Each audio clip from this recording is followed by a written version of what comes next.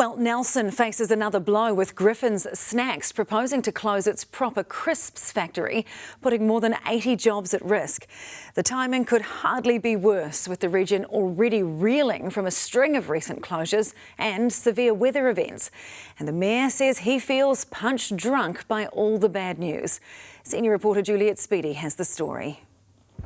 They're the crunchy Nelson-made snack with a cult following. But Proper Crisps could soon be on the move. Owner Griffin Snacks is proposing to shut the factory down and head north. Griffin's itself started over 100 years ago in the city and grew into both a national and international corporate, but sadly left town. We've had exactly the same happen with a company like now Proper Crisps that started with a young, innovative couple trying to make the very best of potato chips. And the tragedy is that after they quite fairly sell the business, that the corporate then takes a different view. In Nelson, the news feels all too similar. I've been an elected representative for this community for over 30 years, and I just punch drunk with the number of sort of bad news. Proper Crisps joins a grim roll call. Sea Lords is proposing to close the fish coating plant, and Carter Holt Harvey's Eves Valley sawmill, the South Island's biggest, is also closing. Together, hundreds of jobs are on the line. What we're seeing with both Carter Holt Harvey and with Griffin's is them consolidating their manufacturing onto one site, and that makes it very tough for a smaller region like Nelson. I'm hoping that it isn't a sign of a bigger trend. Nelson has also had two major flooding events over winter.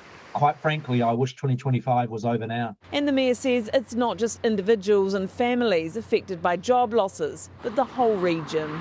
The worry is not just the 320 jobs that are directly affected. These are the same companies that are buying packaging, that are using electricity, that are using professional services, and all those have a downstream effect. So it is going to take Nelson some time to recover. Nelson locals are also worried. Very disappointing for the area.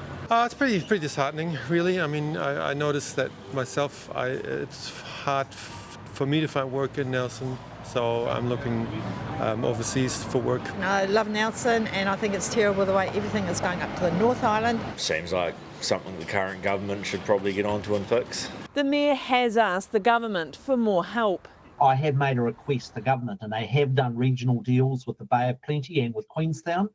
With the number of closures, we will be asking government whether we can get up that list. When asked about Nelson, the Prime Minister seemed keen to focus elsewhere. I'm aware of, there's challenges with some major employers, in Nelson in particular. But if you go to Christchurch, if you go to Otago, if you go to Canterbury, if you go to our rural communities, if you go to our primary industry sectors, if you go to Hawke's Bay, if you look at what's happened across dairy, red meat, across horticulture, they've had record years. Chris Hipkins is less optimistic. We can't afford to keep losing these businesses. We've got to get to the bottom of that problem. Fixing the electricity market would be a very good place to start. Consultations with Proper Crisp staff are now underway. A final decision won't come until next year, but for many in the top of the south, the crunch has already come.